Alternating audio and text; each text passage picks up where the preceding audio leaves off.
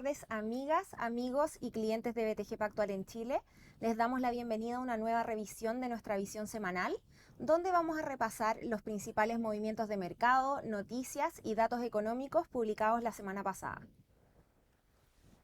Si vemos los principales índices financieros, podemos ver que fue una semana negativa para los activos de riesgo, con las acciones globales retrocediendo con fuerza, un 2.3%, y esto se debe principalmente a la noticia de que la agencia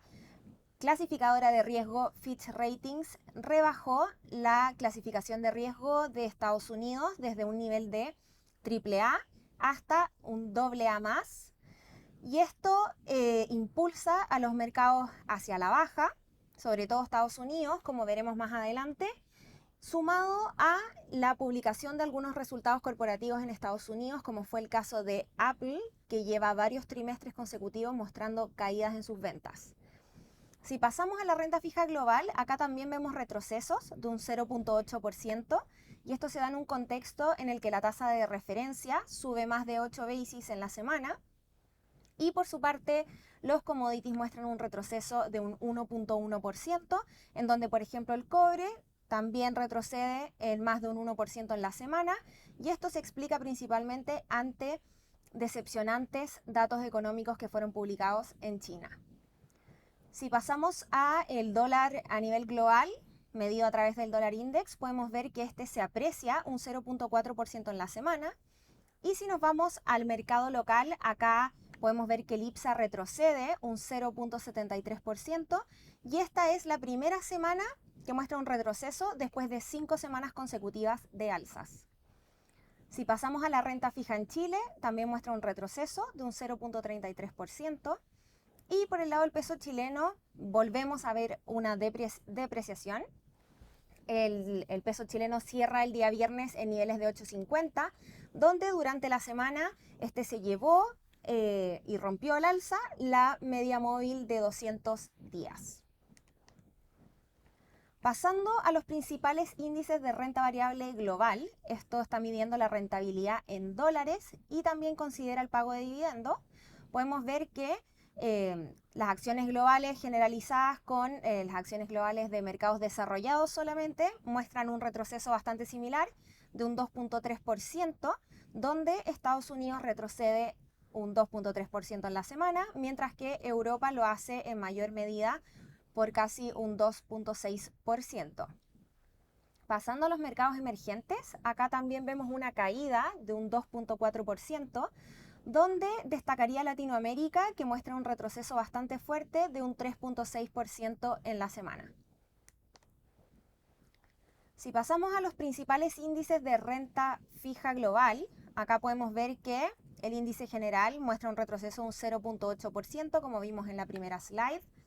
Pero si lo dividimos en mercados desarrollados y mercados emergentes, podemos ver que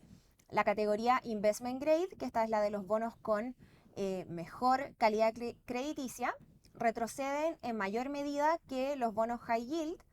y muestran una caída de un 0.6% en el caso de los mercados desarrollados, que es la misma dinámica que podemos ver en los mercados emergentes, en donde el índice de renta fija Investment Grade retrocede casi un 0.8% en la semana, mientras que la categoría High Yield muestra un retroceso de un 0.7%. Y acá la región de Latinoamérica es la que muestra un peor desempeño,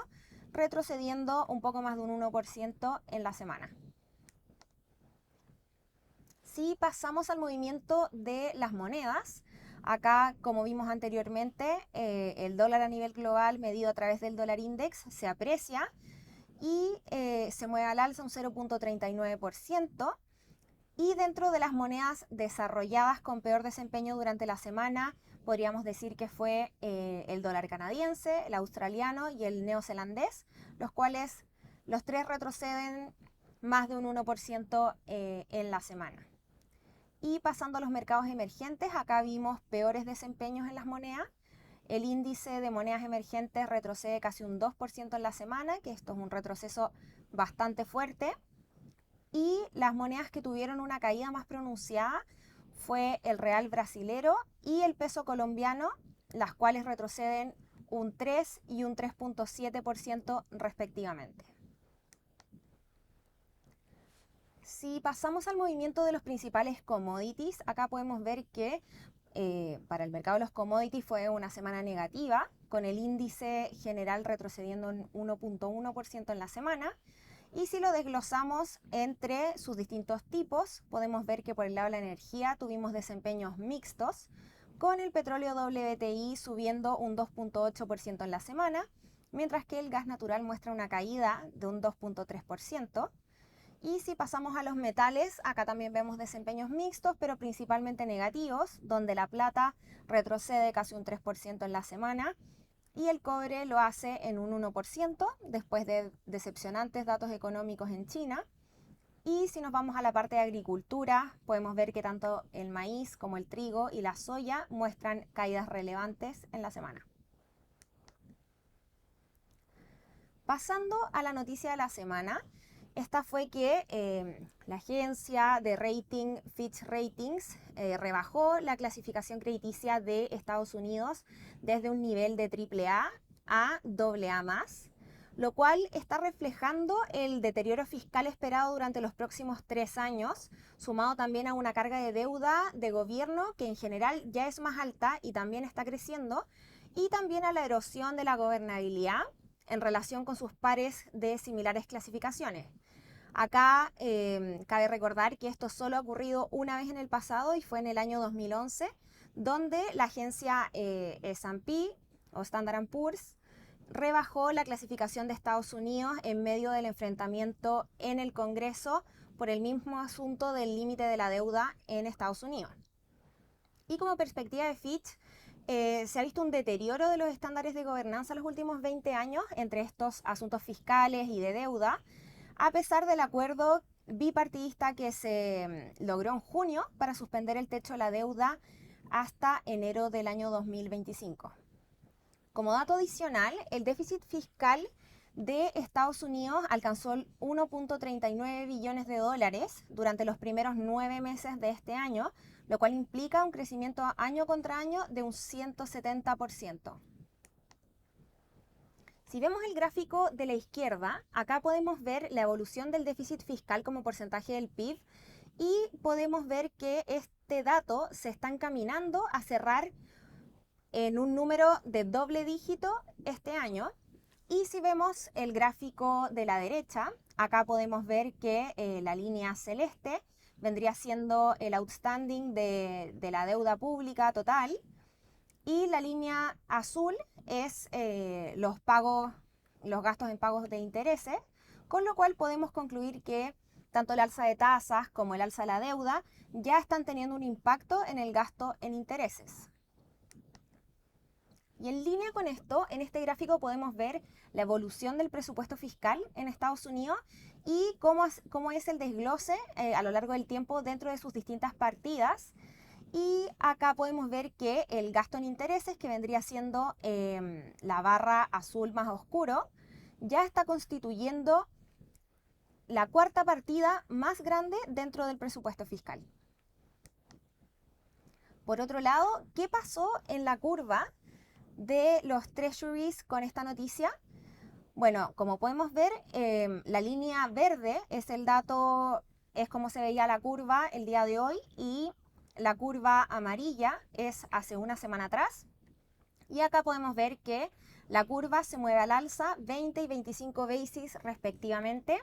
en la parte larga de la curva, es decir, en los treasuries a 20 años y los treasuries a 30 años respectivamente. Si pasamos a los resultados corporativos, podemos ver que en Estados Unidos, si miramos el S&P, han reportado 425 de las casi 500 empresas que transan en el índice. Y en general se ha visto una sorpresa positiva en términos de resultados. Por el lado de los ingresos, una sorpresa de un 2%, y por el lado de las utilidades, una sorpresa de casi 8%. Mientras que por el lado del crecimiento, año contra año, vemos un crecimiento moderado en ventas de 0.5% y una caída en utilidades de casi un 8%. Y por su parte, también estamos con publicación de resultados en el mercado local. Y acá han reportado la mitad de las empresas del IPSA, en donde la sorpresa en promedio ha sido negativa, tanto para el lado de las ventas como para el lado de las utilidades, al igual que el crecimiento año contra año. Es decir, hemos visto caídas promedio de un 9% para el lado de los ingresos y de un 35% aproximadamente por el lado de las utilidades. ¿Y qué es lo que se viene para esta semana? Tenemos una semana bastante cargada en datos de inflación y acá podemos ver que mañana, el día martes, se va a publicar el dato de inflación en Alemania, que va a mostrar, se espera que muestre un avance de un 0,3% en la cifra mes sobre mes, seguido por Chile, que también se espera un avance de un 0,3%, y de China se espera que el CPI muestre una caída año contra año de un 0,4%. El día miércoles vamos a tener dato de inflación en México y el día jueves va a ser el dato más relevante de la semana y al que los inversionistas están bastante atentos, que es la cifra del dato de inflación correspondiente al mes de julio de Estados Unidos, donde se espera un avance de un 0,2% en línea con el avance que se mostró en la cifra previa. Y finalmente el día viernes vamos a tener datos de crecimiento económico en el Reino Unido y en Hong Kong, para finalizar también con Estados Unidos con datos de PPI, donde se espera que la cifra muestre un crecimiento de un 0,2% mes sobre mes. Muchas gracias a todos por su sintonía. Nos vemos la próxima semana en una nueva revisión de nuestra visión semanal y no esperen en contactarnos a través de nuestros medios digitales ante cualquier duda o requerimiento adicional. Muchas gracias.